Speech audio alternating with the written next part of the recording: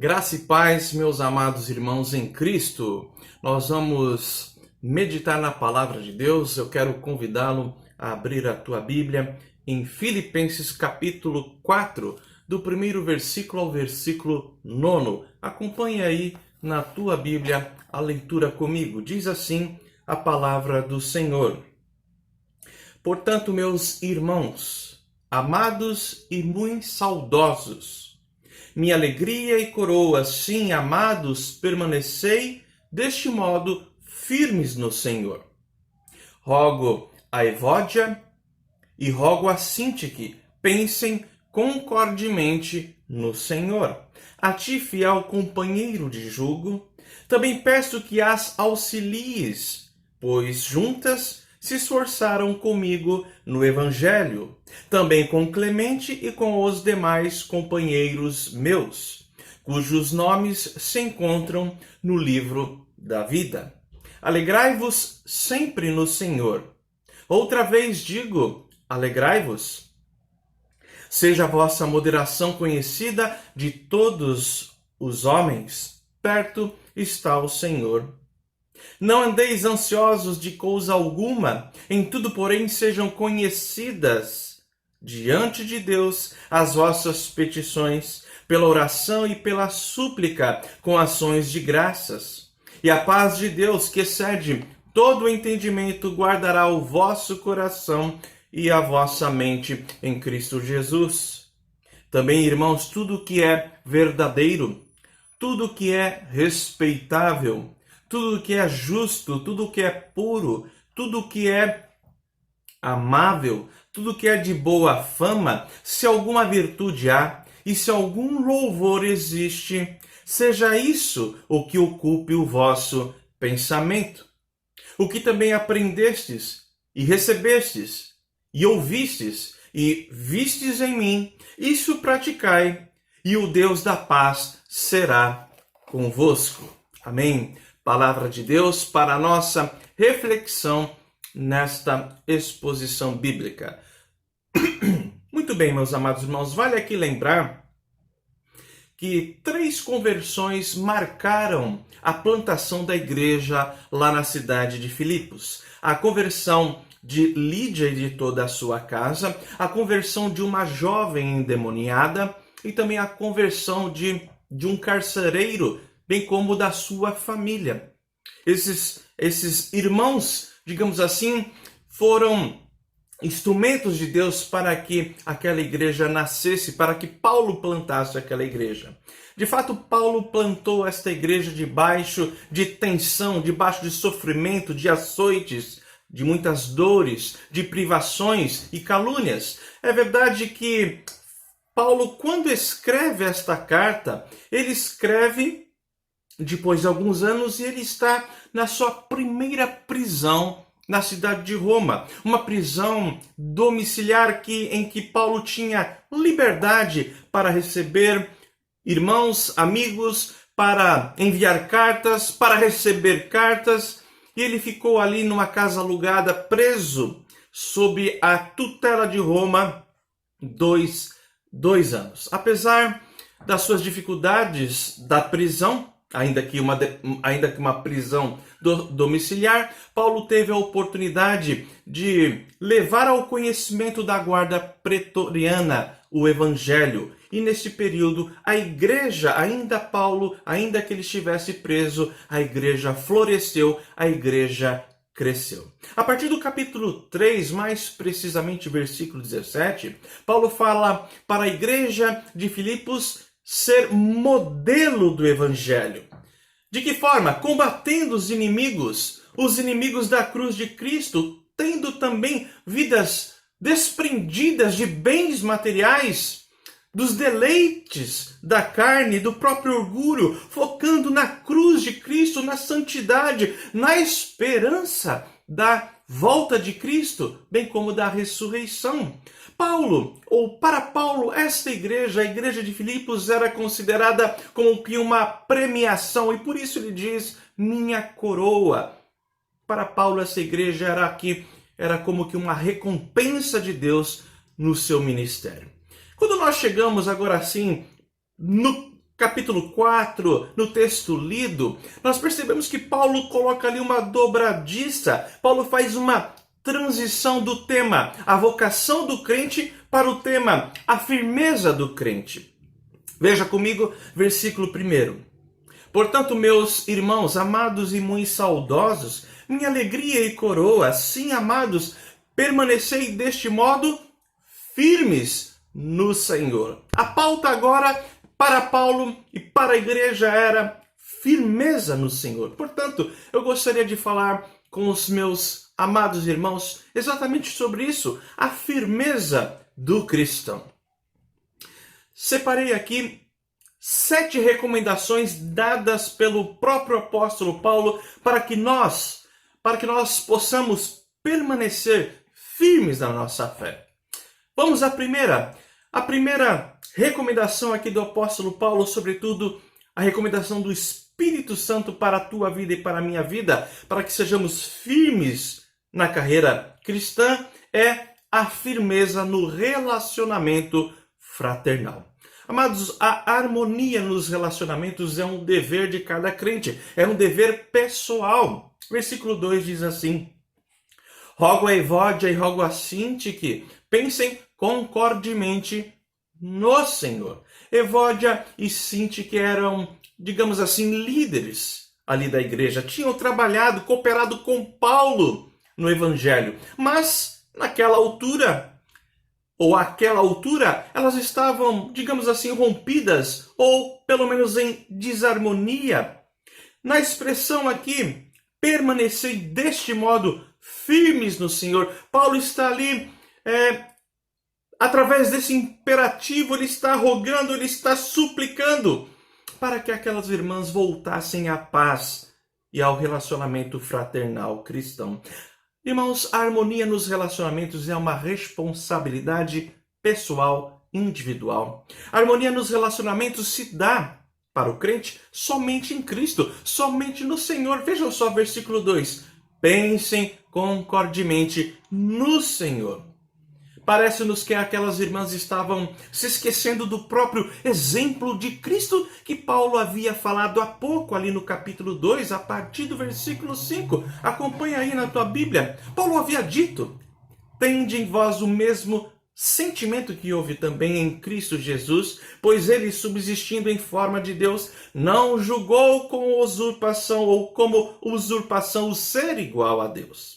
Antes a si mesmo se esvaziou, assumindo a forma de servo, tornando-se em semelhança de homens e reconhecido em figura humana. A si mesmo se humilhou, tornando-se obediente até a morte e morte de cruz. Paulo então convida de uma maneira enfática aquelas irmãs e a nós hoje a olharmos o exemplo da humildade, do esvaziamento, agora foi, do nosso coração, da nossa arrogância. Foquemos no exemplo de Cristo para que possamos regar os nossos relacionamentos com o amor fraternal. A harmonia entre os irmãos se dá, como lhes disse, no Senhor.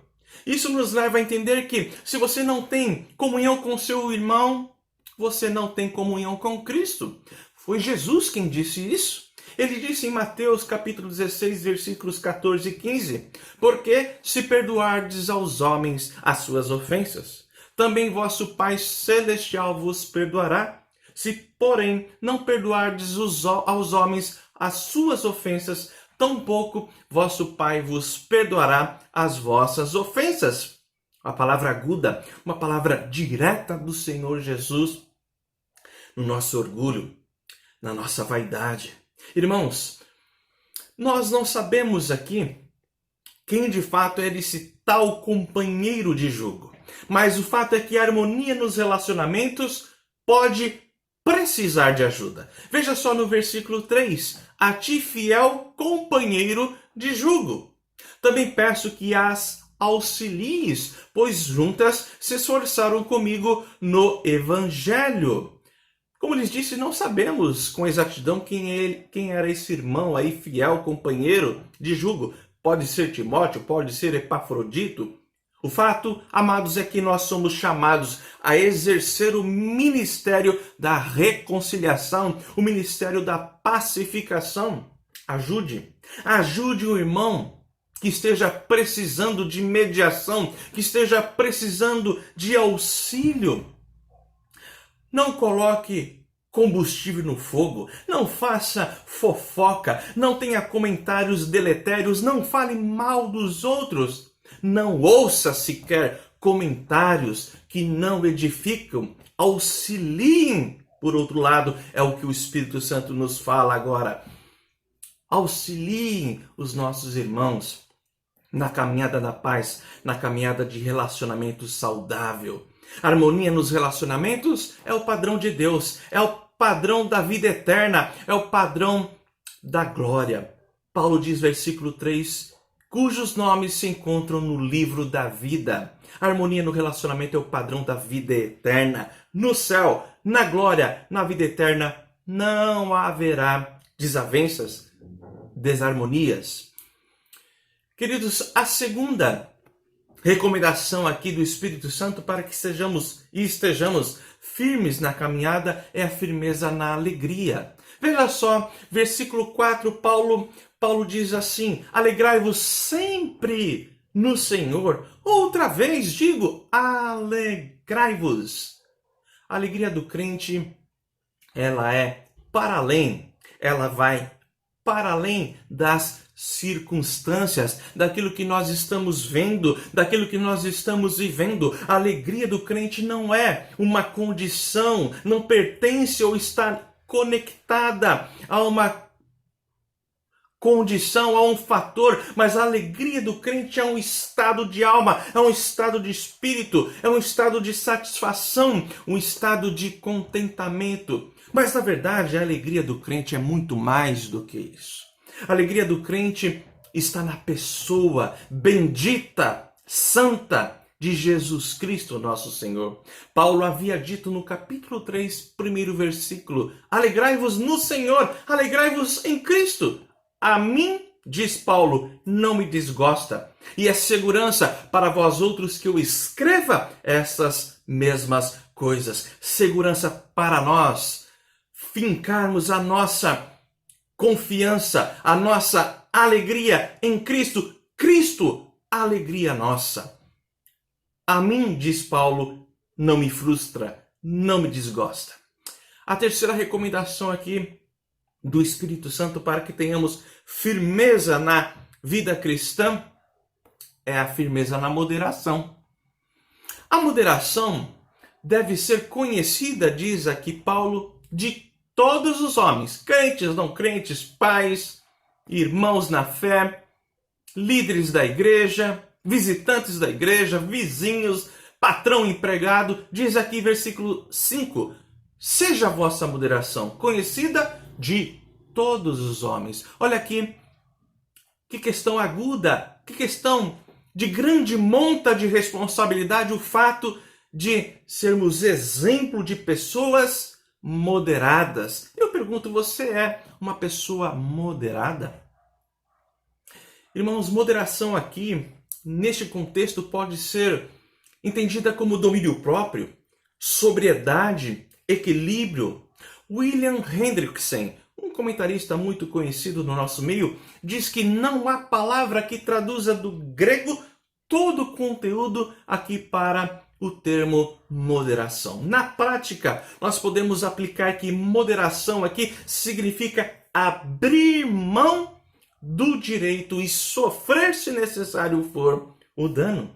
E Paulo ainda diz, versículo 5, perto está o Senhor.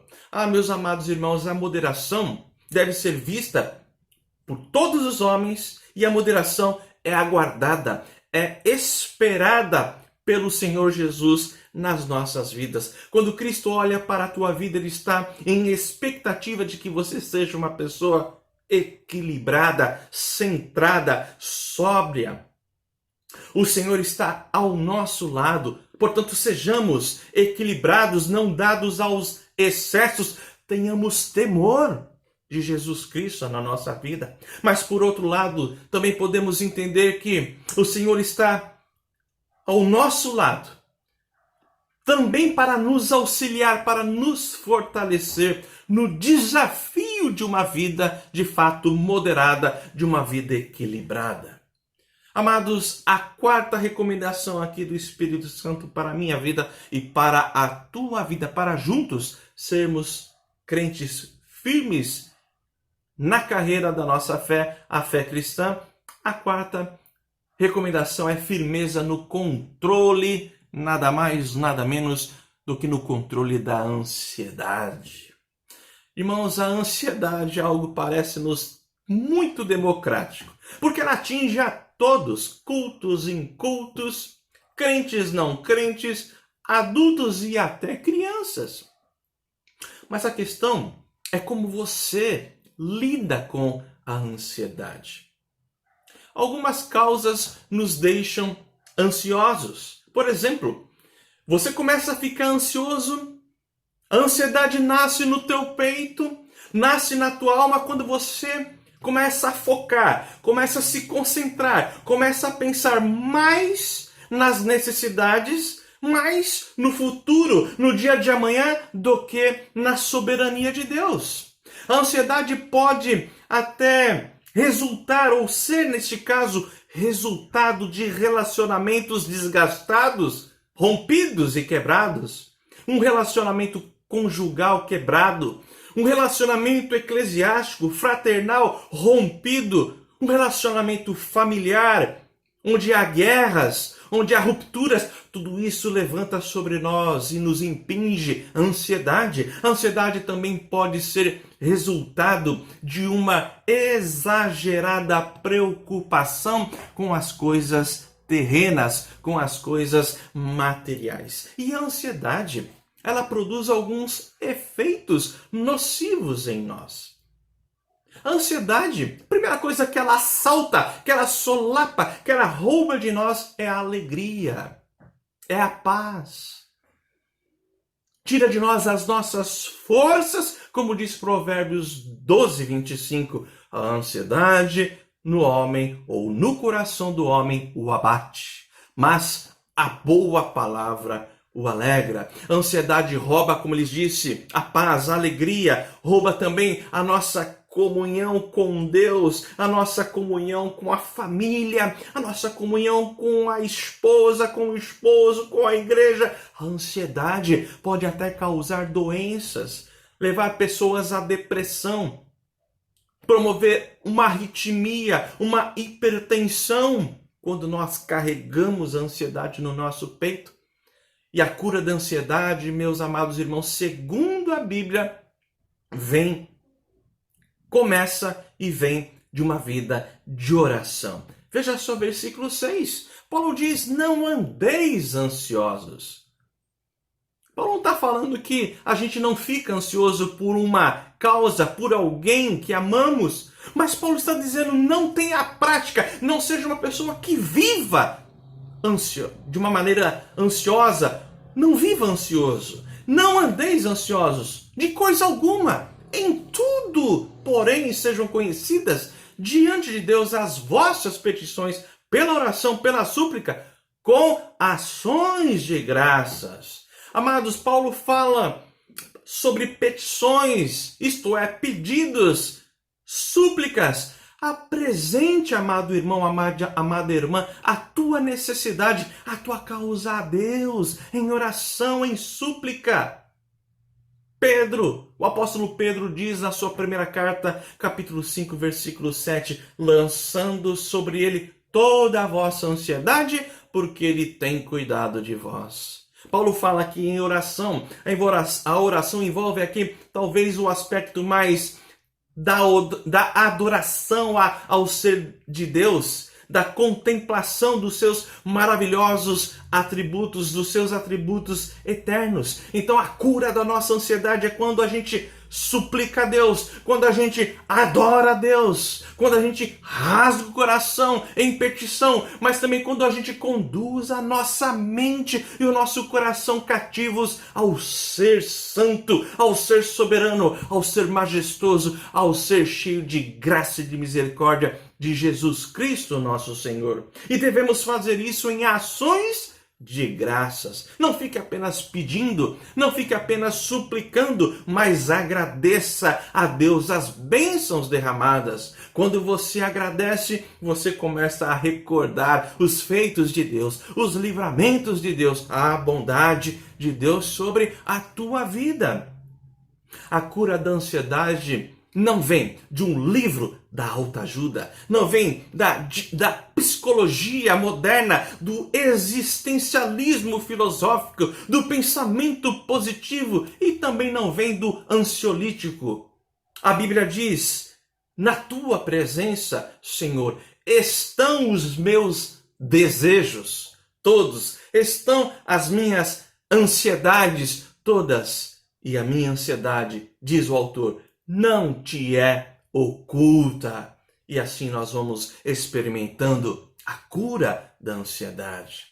Irmãos, a quinta recomendação aqui do Espírito Santo para que tenhamos firmeza enquanto crentes é a firmeza na paz de Deus. Veja só, versículo 7, diz assim: e a paz de Deus, que excede todo entendimento, guardará o vosso coração e a vossa mente em Cristo Jesus. Irmãos, a paz de Deus não é a paz do mundo. A paz de Deus não é a paz dos homens.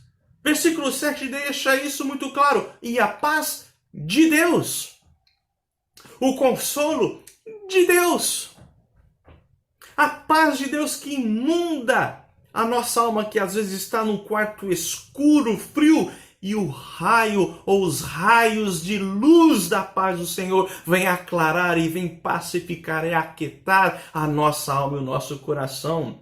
E isto porque o dinheiro, os homens, as circunstâncias não podem dar a paz à tua alma. As circunstâncias são voláteis. Agora você está bem, daqui a pouco acontece alguma coisa, uma ligação telefônica, um WhatsApp, muda o cenário, o seu coração já palpita. Foque na paz de Deus. Jesus disse: deixe-vos a paz, a minha paz vos dou, não vou lá dou como o mundo a dá. Não se turbe o vosso coração. Irmãos, Paulo diz aqui que a paz de Deus transcende aquilo que você consegue entender, transcende aquilo que você consegue explicar, como Deus tem te visitado com paz e consolação. Ele diz, versículo 7, e a paz de Deus que excede todo entendimento, ou seja, vai além, vai muito além daquilo que você consegue até explicar para os seus irmãos. Olha, Deus tem feito isso, Deus é maravilhoso, começa a faltar palavras, começam a faltar palavras para identificarmos, para esboçarmos a paz que o Espírito Santo, a paz que Deus tem derramado. Por exemplo, aquelas situações onde nós nos deparamos com irmãos hospitalizados na UTI, em estado, digamos assim, terminal, e quando você se aproxima numa visita, você sai abençoado, porque na face daquele enfermo, porque na face daquele irmão convalescente resplandece o gozo na sua alma, a alegria de Jesus, a paz de Deus. Vejamos o próprio exemplo do apóstolo Paulo. Paulo estava preso, mas ele estava em paz, desfrutando da paz de Deus. Quando Paulo estava para ser oferecido como libação, ele desfrutava da paz de Deus sobre a sua vida. E a paz de Deus, diz o apóstolo Paulo, guardará o vosso coração e a vossa mente em Cristo Jesus. A paz é a protetora, a paz é a guardiã da nossa alma, diz o apóstolo Paulo. A paz é a protetora da nossa mente, a paz de Deus, ela prevalecerá em nome de Jesus na tua vida. Sexta, penúltima aqui, recomendação do Espírito Santo. A palavra de Deus é a palavra do Espírito, é a revelação, é a Vox Dei. Sexta, recomendação para que tenhamos uma vida firme em Cristo. Firmeza no pensamento.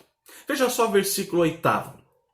Finalmente, irmãos, tudo que é verdadeiro, tudo que é respeitável, tudo que é justo, tudo que é puro, tudo que é amável, tudo que é de boa fama, se alguma virtude há, se algum louvor existe, seja isso que ocupe o vosso pensamento. Alguém já disse, e isto é uma grande verdade, você é aquilo que você pensa. Se você pensa em sensualidade, você vai falar de malícia.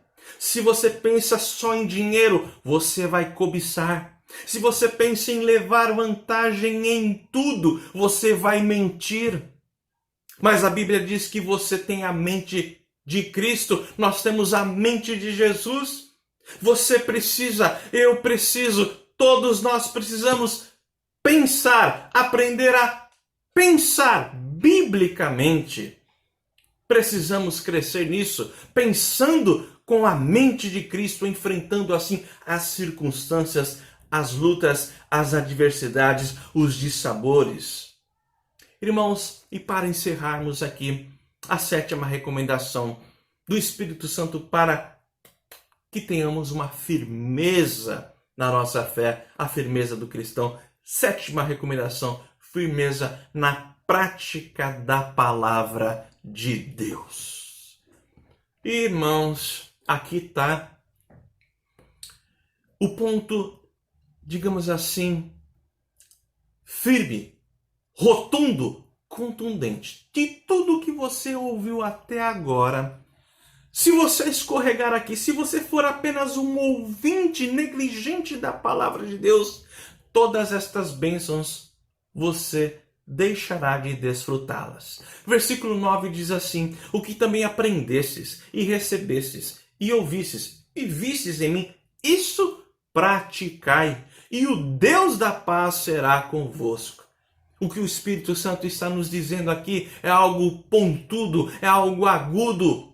Não basta, diz o Espírito Santo, não basta você saber acerca da Bíblia, não basta você saber o que diz a Bíblia, é preciso vivê-la, é preciso praticá-la, é preciso praticar e viver aquilo que a palavra de Deus ensina. Depois de saber o que pensar, é preciso viver, é preciso praticar o que se pensa, ou seja, aquilo que se conhece a partir das Sagradas Escrituras. E Jesus disse isso. Jesus disse que se você apenas conhece a palavra de Deus, mas não vive, não as pratica, Jesus diz que você não pode ser feliz. João capítulo 13, versículo 17, o Senhor Jesus disse: ora, se sabeis estas coisas, bem-aventurado, felizes sois se as praticardes. Quando se pratica a palavra de Deus, quando deixamos de ser apenas crentes nominais, crentes religiosos apenas em termos de coreografia espiritual, jeitos e trejeitos de crente. Quando se pratica a palavra de Deus, quando deixamos de consumir apenas o sermão, mas nos envolvemos com as Escrituras, nós então desfrutamos da paz de Deus. E não apenas isso, nós temos o Deus da paz nas nossas vidas. Versículo 9 diz assim: isso praticai e o Deus da paz será convosco. Irmãos, nós não temos apenas a paz de Deus, a bênção, a consolação, a quietude que Deus promove no nosso coração, mas temos também o Deus da paz, ou seja, o Deus que fez, mediante Jesus Cristo, o seu sangue precioso, reconciliação conosco e nos adotou no sangue do Filho do seu amor. Quando se pratica a palavra de Deus, não temos apenas a paz de Deus, temos o Deus da paz, o Deus de toda a reconciliação, o Deus de toda a consolação, o Deus da paz será contigo. Que Deus nos abençoe e que nós possamos de fato pegar, colher e recolher essas recomendações do apóstolo Paulo, sobretudo do Espírito Santo, na nossa vida, para que sejamos crentes firmes na nossa caminhada com Cristo. Amém? Vamos orar? Senhor, obrigado pela tua palavra que opera na nossa vida, produz ânimo, produz consolação, restauração. Ajuda-nos, ó Deus, a acolher a tua palavra com reverência, com mansidão, para que possamos desfrutar da tua comunhão e viver uma vida firme ao teu lado, como é do teu desejo, como é, ó Deus, a nossa própria necessidade, pois nisso está a nossa bem-aventurança. Louvado seja o teu nome, em o nome de Jesus. Amém. Queridos, Deus abençoe a todos. Forte abraço, fiquem com Deus, uma boa semana a todos.